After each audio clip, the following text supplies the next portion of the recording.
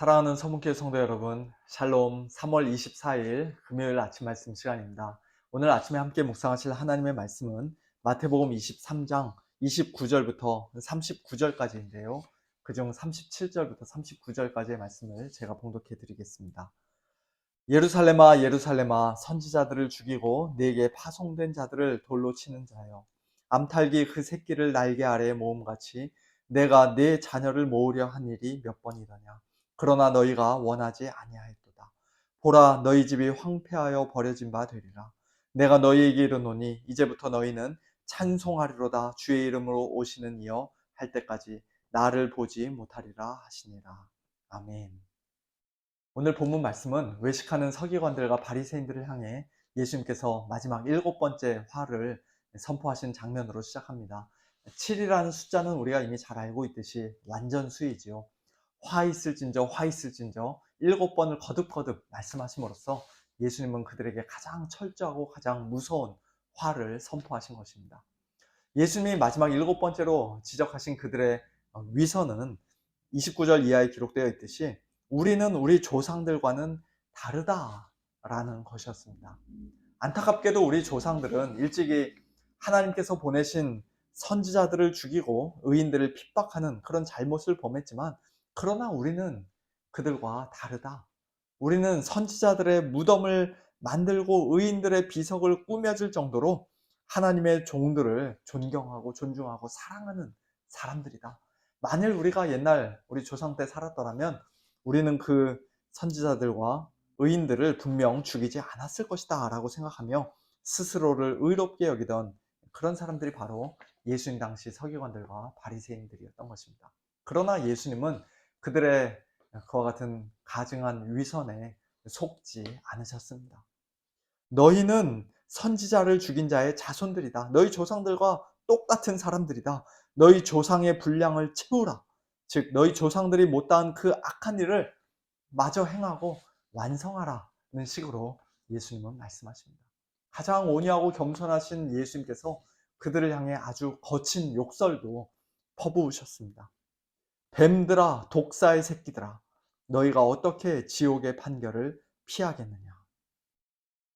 그들은 자기들이 비록 옛날 조상들과는 다르다고 했지만, 그러나 사실 그들은 예수님께서 조만간에 보내실 선지자들과 지혜 있는 자들과 서기관들을, 즉 예수님의 제자들과 복음 전파자들과 성도들을 죽이고 십자가에 못 박고 채찍질하고 박해할 것이 분명한 그런 사람들이었다는 것을 예수님은 미리 다 아셨던 것입니다.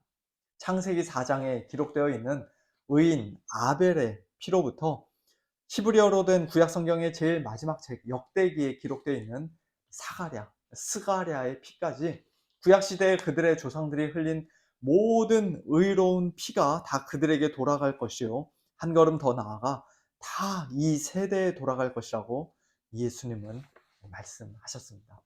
구약 시대 모든 순교자들의 피를 다 합친 것보다도 훨씬 더 귀하고 가장 순결한 예수 그리스도의 피를 흘릴 사람들이 바로 다름 아닌 그들이었기 때문입니다. 그리고 그들은 며칠 후 빌라도가 예수님에게서 아무 죄도 찾지 못하고 나는 무죄하니 너희가 당하라고 말하며 무리 앞에서 손을 씻자 그 피를 우리와 우리 자손에게 돌릴지어다 라고 말할 정도로 그들은 예수님을 십자가에 못 박는 일에 가장 적극적으로 앞장서고 가장 큰 열심을 내는 그와 같은 사람들이었습니다. 만일 우리가 조상 때에 있었더라면 우리는 그들이 선지자의 피를 흘리는데 참여하지 아니하였으리라는 말이 아주 뻔뻔스러운 위선이요 새빨간 거짓말이었다는 사실이 분명히 드러나는 순간이죠. 서기관들과 바리새인들의 이와 같은 위선적인 모습이 혹시 오늘 저와 여러분에게는 없는지 이 시간 우리 자신의 모습을 정직하게 돌아보기를 원합니다. 오늘 우리도 다른 사람들의 잘못을, 특별히 우리 이전 세대 사람들의 잘못된 관행을 지적하는 것은 참 잘합니다. 내가 그때 그 자리에 있었다면 나는 절대로 안 그랬을 것이라고 말하며 나는 분명히 그들과 다르다고, 나는 그들보다 훨씬 더 나은 사람이라고 생각할 때도 많이 있습니다. 하지만 그런 생각이 얼마나 위험하고 얼마나 큰 위선이며 얼마나 교만한 생각입니까? 우리 목회자들 중에는 신학교 다닐 때, 부교육자로 섬길 때, 아니, 우리 담임 목사님은 왜 저렇게밖에 못하는가? 사사건건 못마땅하게 생각하고 날카롭게 비판하다가 막상 자기가 담임 목회를 하게 되면 그제서야 철이 들고, 아, 담임 목사로 교회를 섬긴다는 게 결코 쉬운 게 아니구나 깨닫게 되는 분들이 많이 있습니다. 우리 성도님들도 마찬가지일 것 같아요. 크리스찬이, 더군다나 교회 중직자가 어떻게 저럴 수 있냐며 흥분하고 손가락질하던 바로 그 일을 본인 역시도 똑같이 행할 때가 얼마나 많이 있습니까? 그러므로 우리는 늘 겸손해야 합니다. 형제 눈에 있는 티끌을 보기 전에 우리 눈에 있는 들보를 먼저 보고 회개하고 빼내야 합니다. 날마다 우리 자신을 부인하고 십자가 지고 겸손히 예수님을 따라가야 합니다. 복음서에서 예수님은 세리와 창녀와 같은 죄인들에게는 한없이 부드럽게 대하시고 그들을 불쌍히 여기셨지만, 그러나 자기 의와 교만과 위선으로 꽉 차 있는 종교 지도자들에게는 마치 망치로 내려치듯 강하게 책망하시고 무섭게 화를 선포하셨다는 사실을 기억하면서 오늘 하루도 주님 앞에서 가장 낮고 겸손한 마음으로 살아가는 우리 모두가 되기를 소원합니다.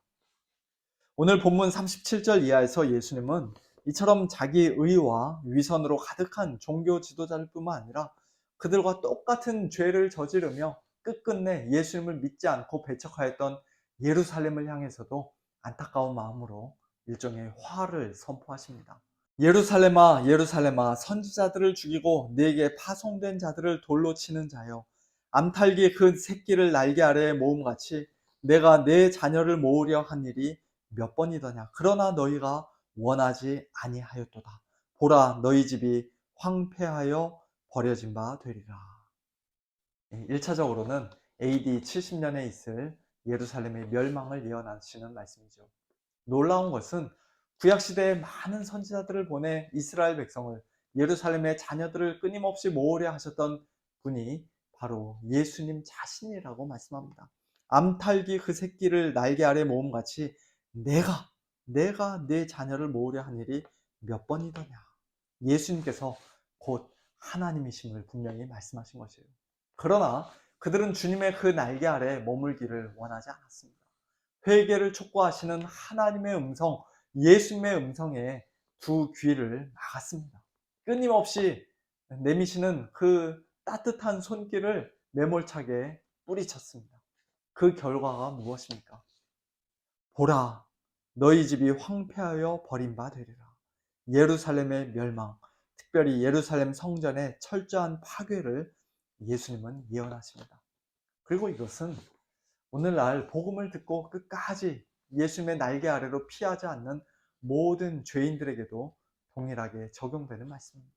예루살렘의 멸망보다 훨씬 더 크고 무서운 멸망의 날이, 최후 심판의 날이 우리 인류 앞에는 아직 남아 있습니다. 조만간 이 땅에 다시 오실 예수님을 어떤 사람들은 무시무시한 심판주로 맞이할 것이며, 또 어떤 사람들은 참된 구원자요 사랑하는 신랑으로 맞이할 텐데, 그것은 오늘 이 땅에서 우리가 복음에 과연 어떻게 반응하는가, 회개하고 복음을 믿으라는 우리 주님의 음성에 어떻게 응답하는가에 달려 있다고 해도 과언이 아닙니다. 물론 우리가 구원받는 것은 전적으로 하나님의 은혜이죠. 하나님의 주권적인 은혜가 아니면 우리는 예수님을 바르게 알아볼 수 없고 또 복음을 참되게 믿을 수도 없는 사람들입니다. 그럼에도 불구하고 예수님께서 그러나 너희가 원하지 아니하였도다 라고 그들에게 말씀하신 이유는, 그들이 원하지 않으면 하나님도 예수님도 그들을 구원하실 수 없다는 그런 뜻이 아니라, 그들의 불신앙과 멸망의 책임이 100% 그들 자신에게 있다는 뜻입니다. 엄밀히 말하면 하나님께서 우리에게 먼저 은혜를 주셔야 우리가 구원받기를 간절히 원하고 그 날개 아래로 피하기를 원하며 또 실제로 그렇게 피하는 자들이 될 수 있는 것이 사실입니다만, 그러나 그 구원의 은혜를 받지 못한 사람들이 끝까지 복음을 거부하고 예수님을 배척하는, 하나님을 믿지 않는 그 불신앙의 책임은, 그들이 멸망당하고 심판을 받는 그 책임은 단 1%도 하나님께 있는 것이 아니라는 말씀이에요.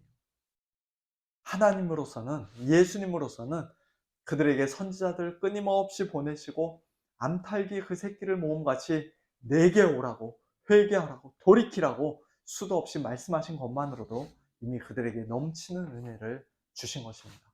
그 은혜를 무시하고 거절하고 짓밟은 것은 그들이 하나님 앞에서 결코 변명할 수 없는 크나큰 죄인 것이죠.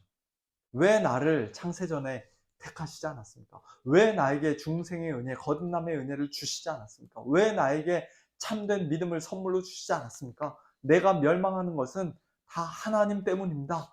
그 어느 누구도 그렇게 따지며 하나님께 책임 전가를 할 수 없다는 것입니다. 이것이 분명해야 우리는 비로소 하나님의 은혜에 참으로 감사하는 자들이 될 수 있습니다.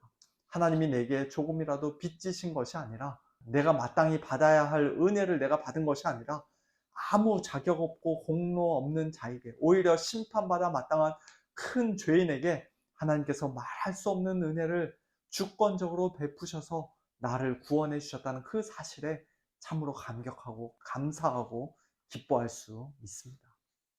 그리고 그와 같이 하나님의 은혜를 참되게 알며 감사하는 자들만이 어떤 면에서는 우리 주위의 불신자들에게 긍휼의 마음을 가지고, 안타까운 마음을 가지고 복음을 전할 수 있는 것이에요. 나도 원래는 그들과 하나 다름없는 사람이었는데 제가 이런 큰 은혜를 입었습니다. 하나님 아버지, 저들에게도 동일한 은혜를 베풀어 주십시오. 저들의 마음을 부드럽게 녹여 주십시오. 저들의 눈이 활짝 열려 예수님을 보게 해 주십시오. 주님 품으로 저들이 속히 돌아오게 해 주십시오. 기도하는 가운데, 하나님의 은혜를 기대하는 가운데 복음을 그들에게 담대하게 전할 수가 있는 것이에요.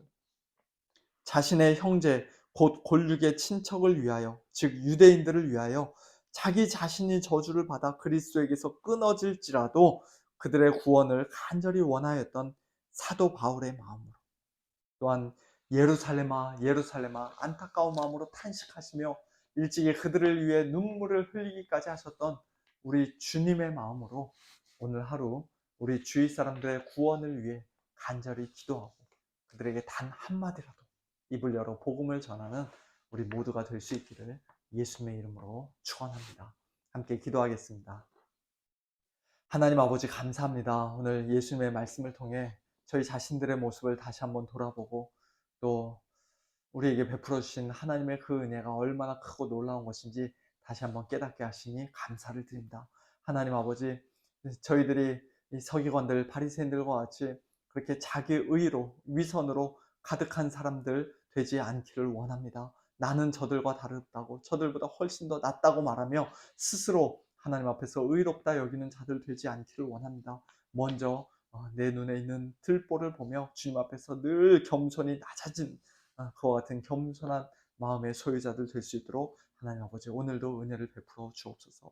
특별히 저희들에게 베풀어 주신 그 놀라운 은혜를 저희들이 참으로 알고 감사하고 감격하고 기뻐하는 가운데 우리 주위의 불신자들에게, 사랑하는 가족들에게, 식구들에게, 또 친구들, 이웃들에게 이 복음 담대하게 증거하는 자들 되기를 원합니다. 하나님 아버지, 저들보다 우리가 더 나아서, 더 뛰어나서 이 은혜 받은 것이 아니라는 것을 다시 한번 기억하며, 하나님의 은혜가 우리에게 이미 임한 그 은혜가 저들에게도 동일하게 임하기를 기대하는 마음으로, 하나님 앞에 간절히 기도하는 마음으로 저들에게 입을 열어 복음 증거하는 그와 같은 저희 모두가 될 수 있도록 하나님 아버지 은혜를 베풀어 주시옵소서. 감사드리며 예수님의 이름으로 기도하옵나이다. 아멘. 네, 성도님들, 오늘도 이 말씀 기억하면서 우리 입술을 열어서 담대하게 복음 증거하는 우리 주위의 사람들에게 한마디라도 정말 복음 증거하는 그와 같은 우리 모두 될 수 있기를 소원합니다. 예, 샬롬.